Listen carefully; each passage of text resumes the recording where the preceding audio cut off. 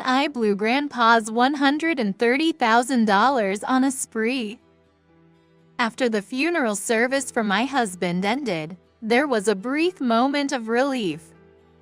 But then John's voice, cool and composed, echoed throughout the venue. The gathered relatives froze in place. All eyes were on John. "What do you mean, $130,000? I knew John, the wandering son, was careless with money. But the amount was so staggering that it took me by surprise. You see, I've had my eye on this new car for a while. It was hard to get, and I waited 3 months for it after ordering. Finally got my hands on it. It's great that the old man kicked the bucket." Before anyone noticed, John was showing off the bank book and seal for the insurance money he had received, laughing arrogantly. At first, I was filled with anger, but seeing the passbook John was holding, I couldn't help but start laughing from the pit of my stomach. My condolences. Honestly, I'm saved by having such a stupid son. There I was, smirking to myself. My name is Emily. I'm a 50-year-old housewife who works part-time as a florist. I live with my husband Mike, and John, Mike's son from his previous marriage. Mike had been married once before, and John was a child from that marriage. Sadly, Mike and I were unable to have children, so I resolved to raise John, my stepson, as my own. When I first met John, he was only 5 years old. At first, he was reluctant to open up to me, his new mother, but after living together for a year, he warmed up to me, and I'll never forget the day he bashfully called me Mom. However, as John grew up and entered adolescence, he began to avoid me and my husband. I accepted it with a big heart, thinking it happens in every household. But John's rebellious phase didn't end quickly. On top of that, once he became a high school student, he started hanging out with the notorious delinquents at school and quickly became hardened. The endearing John who once called me Mom for the first time was nowhere to be found, replaced by a foolish son who would stay out late every night, get picked up by the police, and make my husband furious. In an attempt to remedy the situation, my husband and I tried to get him into a reputable private university so he could at least land a decent job. However, the result was disastrous, and he ended up going to a university commonly referred to as a bottom-tier school. Even though it was a bottom-tier university, I thought that if he made an effort, he could still get employed in a decent job after graduation. But our wayward son remained unchanged, even as a university student. His world expanded to include gambling on horses and pachinko, and we were at our wits' end. I had hoped that this foolish son of ours might get a job and leave home in a few years. But it was naive of me. John messed around and failed so many university courses that he was quickly determined to repeat a year. Now a sophomore, being held back was disheartening. And I was worried about how many more years he would have to attend university. Misfortune often comes in waves, and on the very day John's repeat year was decided, my husband collapsed at work. I was shocked when I received the call. I was working at the florist at the time, but I hurriedly left and rushed to the hospital. My husband was undergoing treatment, and I had to wait helplessly for several hours. I had also contacted John, expecting him to arrive soon, but there was no sign of him. Eventually, the doctor came to me and explained my husband's condition. We've managed to save his life. But your husband has stage 4 pancreatic cancer. It's terminal. That can't be. I was at a loss for words when the doctor told me terminal cancer. Fortunately, we had never had any health issues and had not struggled with illness before. And yet, now we were facing terminal cancer. The doctor then began to discuss future treatment options. It seemed that the choice would be between hospitalization to extend his life as much as possible with treatment, or to opt for palliative care at home to spend the remaining time peacefully. I wanted to be with my husband as long as possible, but I knew the treatment would come with pain. I couldn't strongly recommend treatment and say, please go through with it. I decided to leave all decisions to my husband. After a while, my husband woke up and received the same explanation from the doctor. He looked bewildered as he tried to accept the misfortune that had befallen him. But eventually, he spoke with a heavy voice. I'm going home. I want to spend the remaining time quietly with Emily. Somehow, I had anticipated that my husband might say that. It was hard, but I decided to respect my husband's wishes and go home with him. It must be even harder for my husband than for me. That day, we had our meal in silence, and my husband spent the whole time gazing out the window. John didn't come home that day, and it wasn't until the next morning that he returned, hungover. My head is killing me. Isn't there any food? John, that's late. What were you doing yesterday? I contacted you so many times. I was deeply angered by John, who had not worried about his critically ill father and had only now come home. Moreover, his first concern upon returning wasn't about his father's welfare, but about his meal. He is a foolish son. It's too pitiful for my husband. Contacts. You mean about the old man? So, when's he gonna kick the bucket? John. I scolded John sharply for uttering such words as kick the bucket regarding his father. Unbelievable. How can he say such a thing now? Although my husband was sleeping in the room, our conversation might not be unheard. I felt dizzy at the thought that he might already be awake and could have heard John's thoughtless remark. What's the big deal, getting all worked up? It's an illness, right? Can't help it. It's the old man's fault for not noticing it. Pancreatic cancer is something that's not noticed until it progresses. Why can't you show some consideration? Anyway, I won't forgive you if you say anything unnecessary in front of your father. Yeah, I'll be careful. John's response to my caution was nonchalant, not taking it seriously at all. I sighed deeply. Isn't my husband John's only close relative? Despite not being particularly strict with John's upbringing, I can't understand why he holds such resentment towards him. Well, to John, not just my husband, but also I must be an unwelcome presence. He just dislikes being directed by adults. For him, the happiest time is when he's fooling around with his incompetent friends. John's future is a concern, but now the time left with my husband is more important.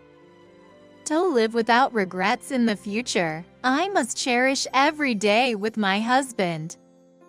John comes after that, I kept telling myself. As expected, my husband quit his job and started spending all day at home. I continued my part-time job, but I reduced my hours to spend as much time as possible with my husband. I thought staying inside all the time would be suffocating. So I occasionally took my husband out for a walk on the riverbank in his wheelchair. Even though he rapidly lost weight and looked visibly ill, he remained my beloved husband. Emily, thank you. I know it's been tough with John and all. Putting up with my selfishness. I'm grateful. Stop it. I'm just doing what any wife would naturally do.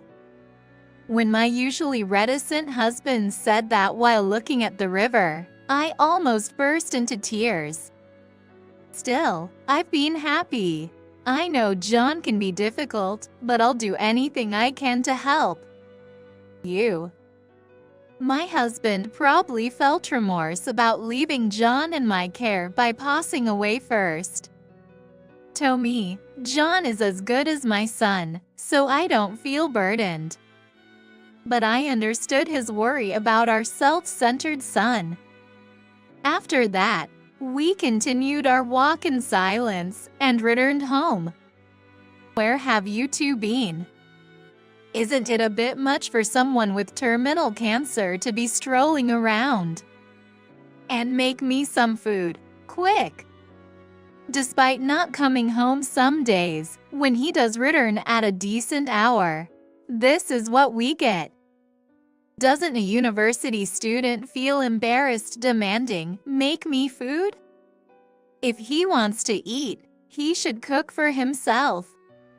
Thinking this bitterly, I start cooking without raising my voice in front of my husband. From that day on, my husband spent his days locked in the bedroom, appearing to work on something desperately. Occasionally, when I peeked in, he was fervently writing something. Perhaps he was writing letters to old friends. I closed the door gently so as not to disturb him. 3 months later, my husband passed away. Though I was prepared, I couldn't believe he was gone just a few months after falling ill. And I struggled to accept it. In my grief, I prepared for my husband's funeral. To outsiders, I must have looked like a ghost with a pale face. I never imagined losing my husband would hit me this hard. Even then, John's arrogant attitude remained unchanged. When my husband passed away, John said just one thing. "Humph, he's finally kicked the bucket, huh?" Always nagging me like a fussy old aunt. That's not good. This isn't allowed. Thanks to him, I couldn't even get video games, was left behind by my classmates, and couldn't go on trips. He was such a bother, that old stiff. What a thing to say about your father who has just passed away. Although I was struck by despair, my anger towards John was growing.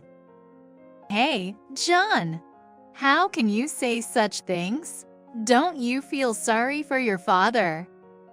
He was just trying to make you into a decent human being by forbidding those things. Apologize right now. Apologize to a dead man. How can I do something so nonsensical?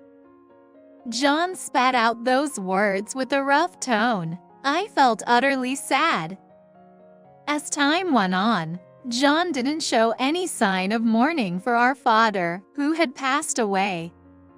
Instead, he just coldly watched me prepare for the funeral. During the funeral, John seemed distant, just gazing at our father's portrait. Even when the funeral attendees came to greet John and me, John just nonchalantly responded with "yay, yeah," leaving the visitors taken aback. I wished he would at least act properly while others were watching.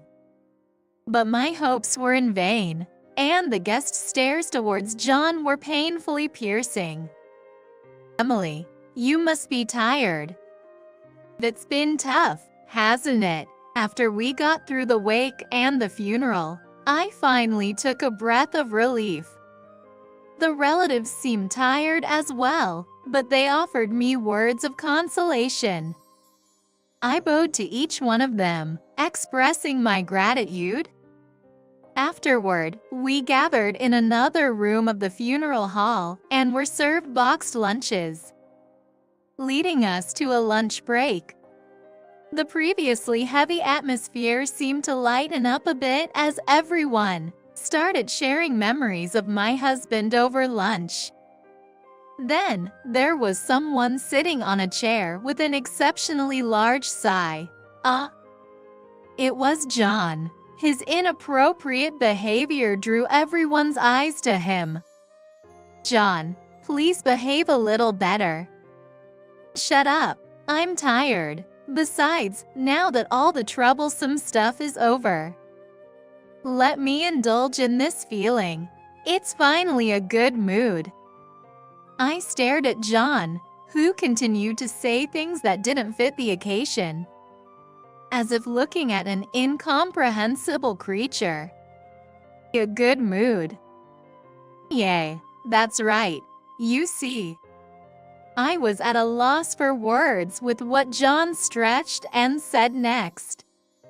"I blew $130,000 of the old man's money on a spree." John's nonchalant voice echoed through the venue after the funeral ended, and I could only feel a moment's peace before being shaken again. The relatives gathered around were stunned. All eyes turned to John. $130,000. What does that mean? The prodigal son John's lack of financial restraint was known, but the amount mentioned was shockingly large. "You see, I had my eye on this new car for a while. It was hard to get, and I had to wait 3 months after ordering it. Finally got it. Good thing the old man kicked the bucket." John, at some point, started showing off the bank book and seal for his father's insurance money, laughing haughtily. 3 months ago was exactly when the husband was diagnosed with cancer. Since then, John had decided to splurge with his father's money. At first, I was filled with rage, but seeing the bank book John was holding, laughter welled up from the pit of my stomach. "My condolences. Haha." Indeed, it was good to have such a foolish son. I smirked to myself at the scene. "The new car. You bought it on a loan, right?" "Yeah, that's right. I knew the insurance money would be deposited here, so I signed the contract in advance. Luckily, he died on time. Plus, I've been having fun with the old man's card. Haha. The withdrawal hasn't happened yet, but with the insurance money, it should be fine, right? Am I not smart?" John had stolen his father's credit card before his father passed away and had been using it to have fun. He must have sensed that his father wouldn't live much longer, assuming that by the time the next month's credit card withdrawal was due, his father would have passed away. As John predicted, his father passed away shortly after he started using the credit card. Everything went according to John's plan. With free money in hand, he kept laughing loudly. But I was staring at the bank book in John's hand. That bank book was for our household joint account, which we used to save for living expenses. John must have known this and stolen the bank book. The seal he held was indeed mine, registered for that account. Certainly, the insurance money had been deposited into that account the day before yesterday. But John was unaware of a crucial fact. Unfortunately for you, the insurance money hasn't been deposited into that account. Huh? What are you talking about? John, thinking I suddenly started saying something absurd, snorted and flipped through the bank book. He showed me the print of the date from the day before yesterday and the amount of the insurance money. Look, the insurance money has been deposited right here. Are you blind? John was scoffing in a mocking tone. But I had long known that the insurance money had been recorded in the bank book. After all, I was the one who processed the insurance claim. So there was no way I could forget about it. No matter how busy I was after my husband passed away. I know without looking.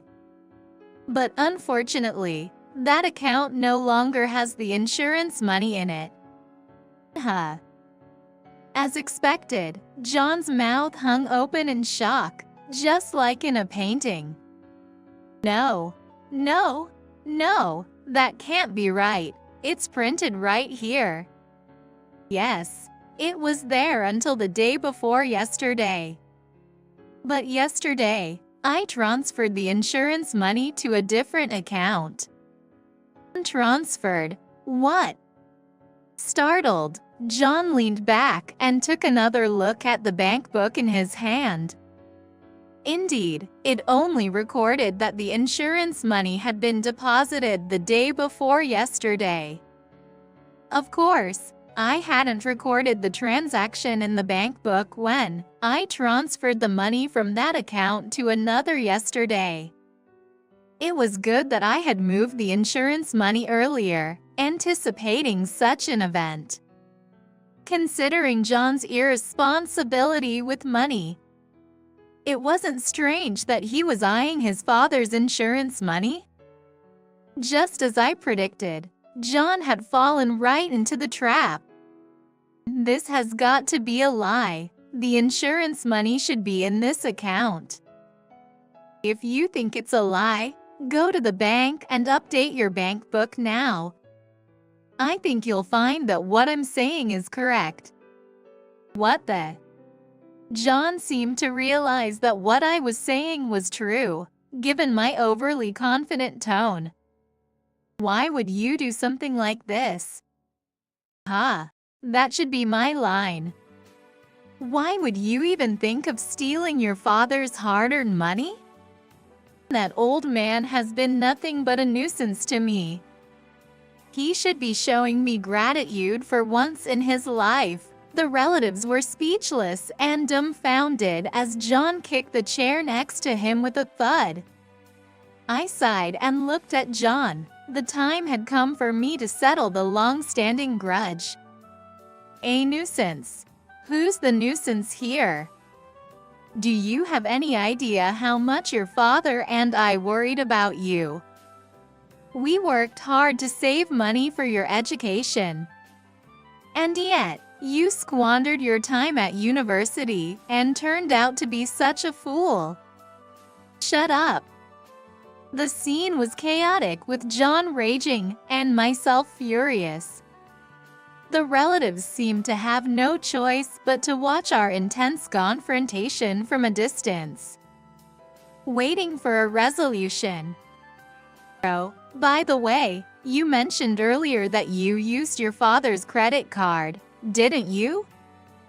So what if I did? You should expect to pay off all that money yourself. Don't you know? The unpaid balance on a deceased person's credit card has to be inherited by the heirs. Here is your father's will. We'll have it looked at in family court. Depending on what it says, since you spent the money, it's only natural you should pay it back. John's face turned pale. He started to tremble, speechless in the face of the reality thrust upon him. To use your husband's credit card without knowing such a thing. How naive. I was looking forward to going to family court the next day. The next day, I gathered the necessary documents and filed a request for the probate of the will at the family court.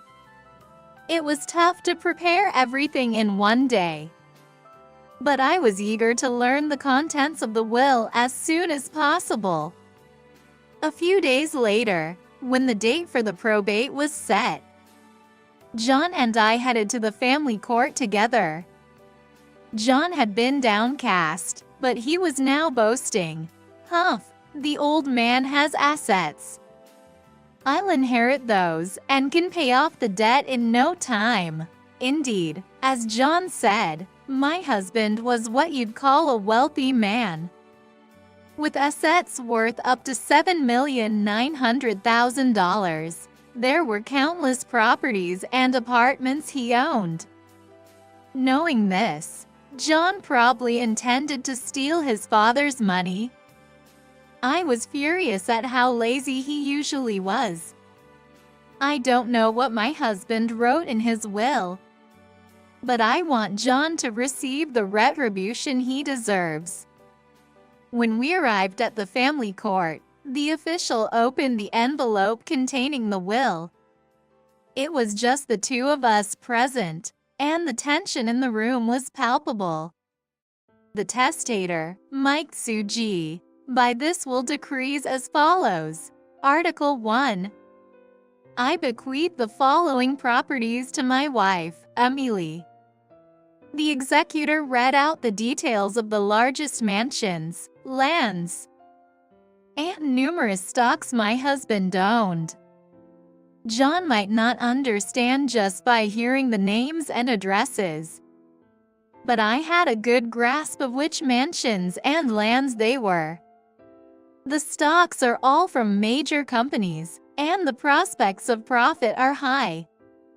This means that most of my husband's assets will be inherited by me, even after deducting inheritance tax. It's an amount that means I won't have to work for the rest of my life. Article 2. Bestow the following properties to the eldest son, John. John, upon hearing about the inheritance, John shouted yes and struck a victory pose, but I just smirked to myself. Furthermore, the eldest son, John, will also inherit all of the following financial debts. John's actions came to an abrupt halt as the executor read out the debts. Debts? I didn't hear anything about that. Well, even your father had debts. Plus, the money spent from the credit cards you used counts as debt too. What? What does that mean? It seems John finally realized the seriousness of the situation. He stood up, ready to confront the executor reading the will. Lower your voice, please. How can I stay quiet? Debts. Why do I have to deal with them? But the will said I'd get lands and mansions too, right? I can offset it with those, can't I? Indeed, the will stated that John would inherit not just debts, but also properties. But I knew upon hearing the addresses of the lands and mansions, all the properties John was to inherit were dilapidated mansions, worthless lands in the countryside that wouldn't amount to any money. On a walk before my husband passed away, he said he'd do anything he could for me. He must have been referring to this will. He left almost all his assets to me, leaving John with worthless properties and debts. Some might see it as cruel parenting, but considering what John has done until now, it's a small price. Unfortunately, the lands and mansions you're inheriting are worthless. I doubt selling them would even dent the debts, right? What? Are you kidding me? What are you going to do about this? John slammed the table. I had the executor who finished reading the will leave the room. What am I going to do? This is your responsibility. It's the result of you lazing around and recklessly spending your father's money. Lamenting now is too late. Faced with my valid argument, John showed a look as if struck by a revelation. It seemed he finally understood the foolishness of his actions. And when I thought he would react, to my surprise, he knelt and clung to my legs. Mom, please, I beg you, help me. If I use the assets you inherited, I can pay back my debts right away, right? Please, you're all I have left, Mom. I looked down on John, who only clung to me pathetically at times like this, with a cold gaze. The John who first called me Mom felt like a completely different person. Even if he calls me Mom, I won't be deceived.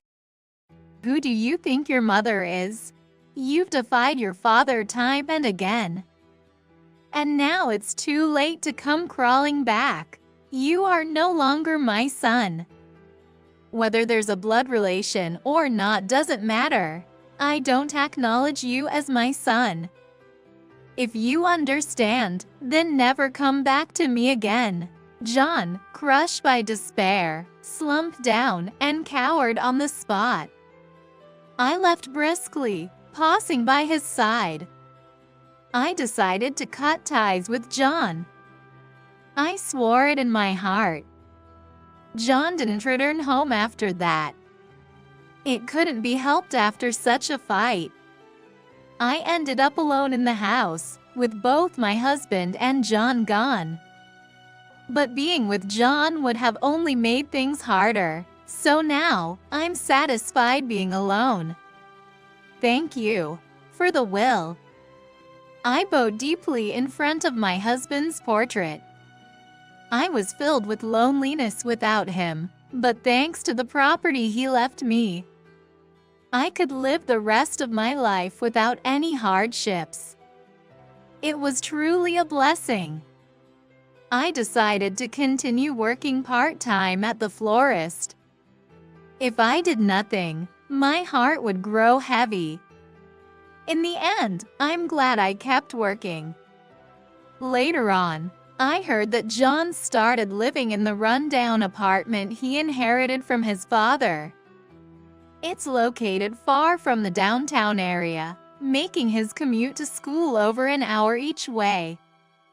To pay off a debt of $130,000, he had to work part-time jobs. And with the commute from school, he seemingly had no time left to hang out with friends. A few hours of part-time work each day wasn't enough, so he was also working late into the night. No doubt he's leading a very exhausting life, but I was not inclined to help him. It's all the result of his actions. Right now, I can't think of John as my son. Perhaps one day, if John changes his heart and comes before me, I might feel inclined to help him. Until then, I plan to enjoy my life alone while mourning my husband's death.